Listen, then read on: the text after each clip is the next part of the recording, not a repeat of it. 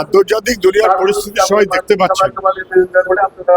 আন্তর্জাতিক বিবেচনায় নীতি, নৈতিকতা, রাষ্ট্রসংঘ, তার নিয়ম, কোনো কিছু কোনো মূল্য নেই।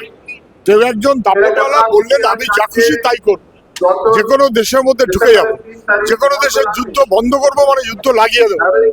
এই যে কারবার, একেবারে মাঝ রাতে রাষ্ট্রপতির বাড়ি থেকে অন্য একটা সার্বভৌম দেশের রাষ্ট্রপতি তাকে আর তার বউকে যেভাবে তুলে নিয়ে চলে আসলো, একেবারে বোম্বেটেগিরি।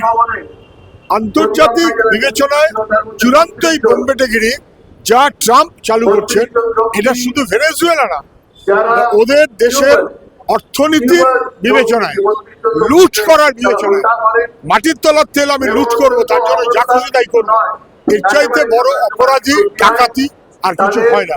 ফ্যাসিস্টরা যে মনোভাবে চলে, সেই মনোভাবেই সেবা দাসত্ব করছেন ট্রাম্প এবং তার বাইরে। ভারতের প্রধানমন্ত্রী আন্তর্জাতিক বিবেচনায় কার্যত চুপটি করে থাকা পছন্দ করছেন। আমেরিকা চোখ রাঙালে ভারত পাল্টা অন্তত হুমকি দিত, অন্তত বলতো, জোটনিরপেক্ষ মনোভাবের পরিচয় দিত। এখন কার্যত তাবেদারের মতন করে চলছে, এবং সেইটা পরের পর ঘটনাতে বোঝা গেল। ভেনেজুয়েলার ক্ষেত্রেও আমার দেশের সরকারের যা রিয়াকশন, ওটা রামশ্যাম যদুমতি যে কেউ বলতে পারে, ওর জন্য ভারত সরকার হতে লাগে না। আর বিশ্বগুরু এই শব্দটা ভবিষ্যতে আর নরেন্দ্র মোদীর উচ্চারণ করা উচিত নয়। কার্যত গোটা বিশ্বের কাছে মাথা নত করে থাকছে, আমেরিকার কাছে তো বটেই।